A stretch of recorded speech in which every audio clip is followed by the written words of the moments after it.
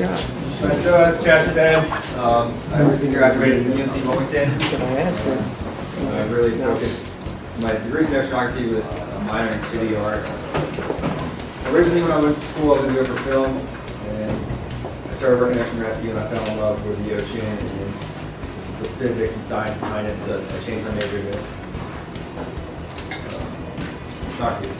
So with working ocean rescue, the majority of our rescues are from rip currents, and there's science behind it, but I really wanted to know like more behind it, because when you draw a rip current, you kind of just draw like feeders, a neck, and then a head, and obviously there's a lot more to it. So I assessed the float strategy, which is a modern take on just swimming current. There are different processes that when people say this term, you should correct them and make sure that they're using the term rip current. They're talking about it. So the A-exist diagram was created by Dr. Randall, in the 90s, by Dr. Rob Randall. It's basically showing that the science that scientists are finding, the findings that scientists are finding, isn't getting all the way around to the beach patrons. There's a disconnect between the scientists and the beach goers because they're using too big of terms, and then the scientists are giving to the ocean rescue all that information the ocean rescue gets from the scientists isn't getting to the beach goers. So how can we increase that circle so more information is getting to who it needs to get to? So, rip currents, as many of you know, are strong perpendicular currents that run to the shore.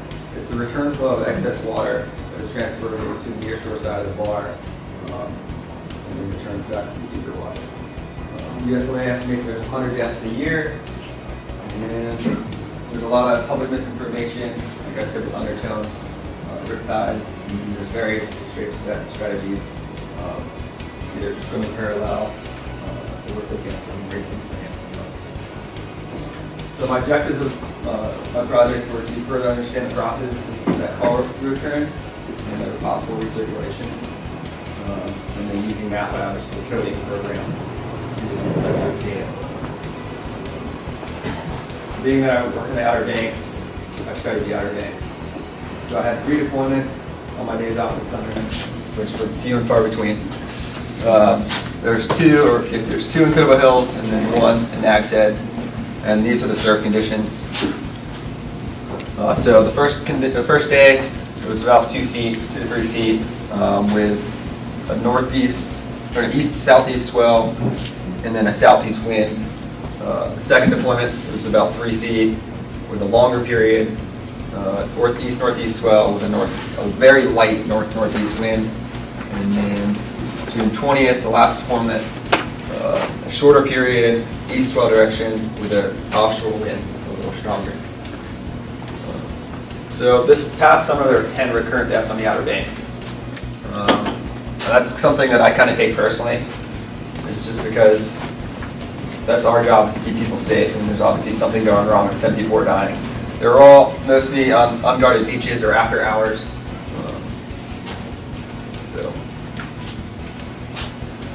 So how I got the data were drifters. They're basically 6-inch PVC pipe, about that big. They weighed about 35 pounds. And they had like a float right here, or various things of foam on the top, and then a barbell weight to keep the center of gravity lower to replicate a human. The water level sat about right here, so pretty much the entire thing was underneath the water. And when you dropped in the ocean, they filled up with water. GPS unit sat at the top, and that's a picture of the rip from the last deployment. This is really complicated, and you're probably not going to be very confused, but this basically, when you get the data on the computer, it looks like this, and then you convert it to 2 different tables, which is basically your sentence or whatever it's associated with, and then the data of that specific sentence. And then it maps it, so that coding maps it into this. So you kind of see the track of the rip current. The straight lines, or the shoreline or the high dune line, just so you can associate where the shoreline orientation is. Any straight line is when it's in hand. So during the deployment process, you really exaggerated when it was in your hand, so it's easier to decipher when it was in your hand and first free-floating. So the first deployment, there were 16 circulations in an hour and 22 minutes. Mean circulation time was 11 minutes and 41 seconds with a standard deviation of 3 minutes and 43 seconds. Recirculations ranged from 1 to a maximum of 5, and then there was an average of 2.285 recirculations. So basically what that says is the average drifter went around the recurrent 2 times before it was either beached on the sandbar because of the way they're constructed, or it just washed ashore. June 3rd, there were 19 circulations in an hour and 13 minutes. The mean circulation time was about 5 minutes with a standard deviation of about 1 minute. There was recirculations ranged from 1 to a maximum of 6 circulations with an average of 1.461. So compared to the first one, the circulation time was a lot faster. That's because the bar was a lot closer to the shore, which meant it circled around the bar a lot faster. And then same with the last deployment. There were 9 circulations in 28 minutes with a mean circulation time of 4 minutes and a standard deviation of 1. Recirculations range from 1 to a maximum of 2 with an average of 1.124. I know this is a lot of numbers, but I'm not sure of video, so. Sylvia? Are you saying that 100% of the buoys came either inshore or landed on sandbar? Yes. Okay. So, You didn't have any ejections? no. So I'll go on to that. So, and the June 3rd and June 20th deployment, the sandbars were really shallow. They were only like ankle to knee deep, so it led the rip current drifter to get stuck. Conditions were very favorable for recirculations. There was a light wind, which means there was a very weak longshore current. So there's things weren't getting out of. It was pretty much perfect for what I wanted it to do, which is not good for science. But so how could I improve it? Increase the number of employments with more drifters. It could have substituted swimmers for the drifters, performing the different escape strategies. So swimming parallel, floating, or swimming, or just and then deployments near a fixed structure. So when it's near a fixed structure, like a jetty or pier, the likelihood of being ejected is increased because it's a deeper channel that goes out further.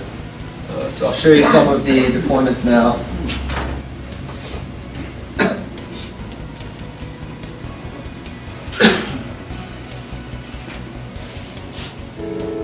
Play some music because it's just squiggly lines. Make it more dramatic. So as you can see, let me speed this up.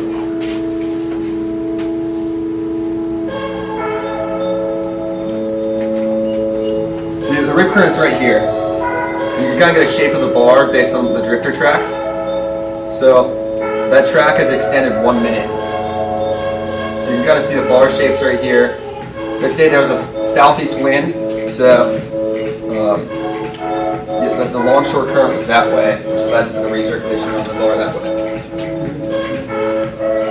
What's your average depth in the, do you have an average depth on the? Put music down. Turn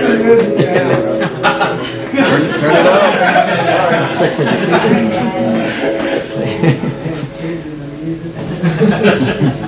I was trying to make it less boring. All right, so. How far out did that rip extend? That was probably about 125, or it's 150 meters, about 125 meters. So this is a pretty large rip. Okay. Is this So your depth out there is 5, 8, 10 feet? Well, the bar is probably like waist to chest deep. Okay. So the rip was probably 8 to 10 feet deep. So this is the average circulation time was 11 minutes. And that's because it was traveling a lot further distance.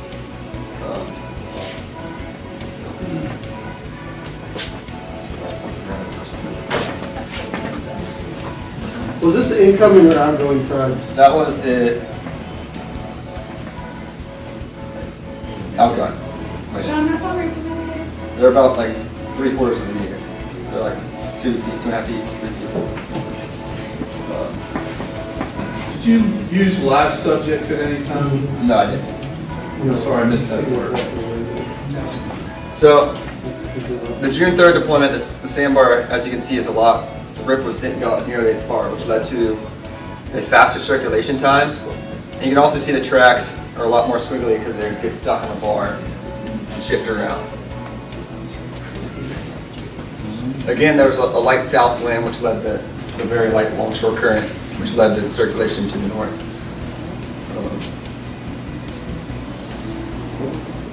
Why did it speed so much?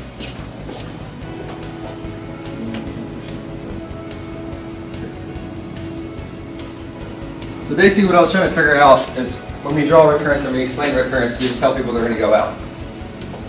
We tell them they're not going to go to Africa, but they're going to go out.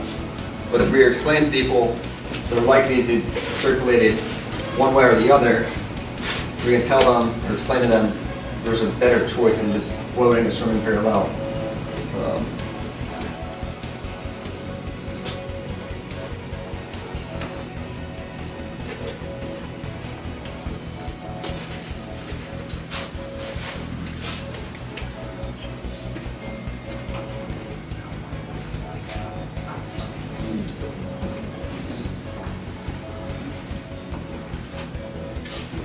You can also see the feeders of the rip, and then where the sandbar is, and a difference of 1 meter. So this wasn't nearly as far out as the one previous, and one went in, one went out. So the bar in this situation, it was dead low tide, so it led for less circulations. But in that case, it'd be good for a victim because they were back from probably 4 feet depth. This rip was only 4 feet deep, probably. And then the sandbar was probably ankle to knee, which led to the drifters getting stuck, but it would allow them, a victim, to get a safe footing on the bar.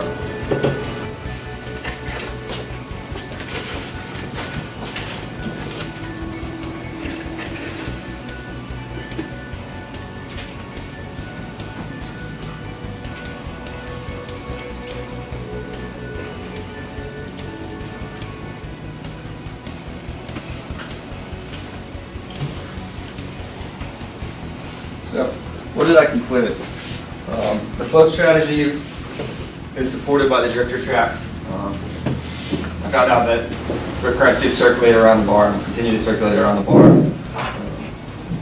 in some cases. However, no method, whether the swim parallel or float method, is 100% foolproof, and it depends on the current conditions of the day. So with the float method, it can be ejected. And previous studies found about 10% of drifters were ejected. Or if the victim was unable to secure a safe footing around the bar. So if there's a quicker circulation time and the current's moving faster, it'll be harder for the victim to secure a safe footing. However, with the swim parallel method, which is the current kind of go-to, if the victim swims against the lateral current, they're just swimming against the current, just like if they try to swim in. So, where can we go? So Dave Elder, in the back over there, I talked to him when I was doing this research, and this is more of like an advanced education. So you can tell your guards this, or someone more knowledgeable about the subject of rip currents, how they work, and the background of them. So everyone, they need to know how they work, why it's happening, how to detect that they're being moved seaward, and then the best method to escape based on present conditions. So if there's light wind or small, very weak lateral current, they can just sit there and raise their hand and wait for a lifeguard. However, if it's near a fixed object like a pier, a jetty, they're going to have to swim parallel. So what Dave recommends is recognize that they're in a rip current, being swept seaward, relax, and develop a plan of action based on the current conditions. So what does this mean for us? Like Sarah said earlier, I believe, Nags that we do, Education Mondays. And it's my favorite day of the week, just simply because I like talking to people about rip currents, and I believe it's our most important job. So we need to classify what's normal. So waves coming to shore, breaking on a sandbar, and then point out the rip current. So what's different? The easiest way to tell someone about a rip current is show them what's different and what's normal. Once you show them what's different, then you can explain the lack of breaking waves, the texture, the different color of the water, the different water behavior, where it's Xing up, and then explain the underlying cause of why that's happening. So this is a rip current sign. Now, does anybody see, it's everywhere, I have to give C-RAN a very good, they've done a very good job getting this sign on almost every beach access. But can anybody see a problem with that sign? You could be swimming against the water. So you could be swimming against the longshore, Dave. It doesn't mention flotation or lifeguards. Yeah. Also, what colors are rip? Yeah. White. So what do we tell people normally? We say white is nice, green is mean.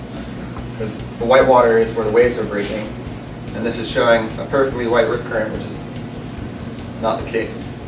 So I've been working on like a kind of a drawing on the computer to illustrate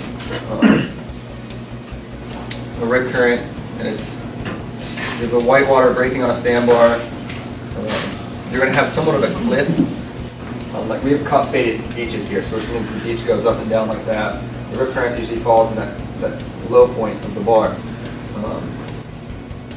So you might have a cliff in that cuspated part, or it's a nice shallow or like gradual decline in the sand where the sandbar is. So this is something I thought of where we could work on. So Spencer Rogers is who I did most of my research under. He's the North Carolina Sea Grant person. So if you wanted his information, he's all about getting further information,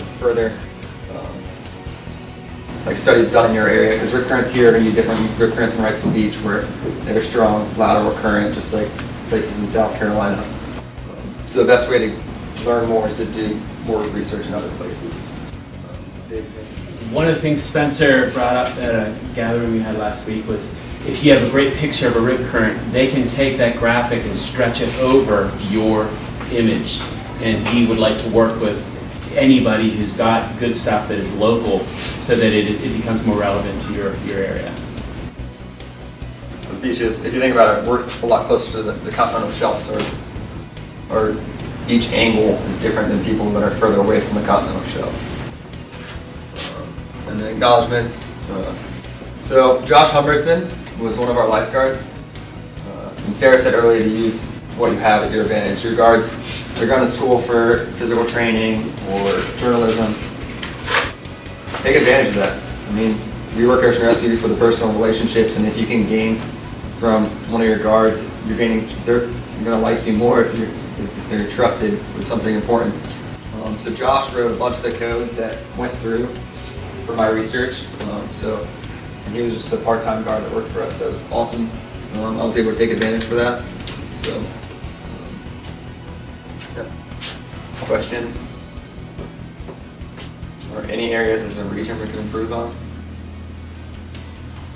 One of the things I thought as a region, or as USA in general, we could improve on is just a general flat-out flag system. Because everywhere in the region uses different flags. I think if you use a standard rip current flag, or because in Australia they have specific flags for the entire nation, and I think if we were to do a similar thing, so if someone were to come here and learn about rip currents, and they went down to South Carolina or Georgia or Florida, they would see the same flag, and there was just a standardization behind it. Just something else. Any questions? Thank you.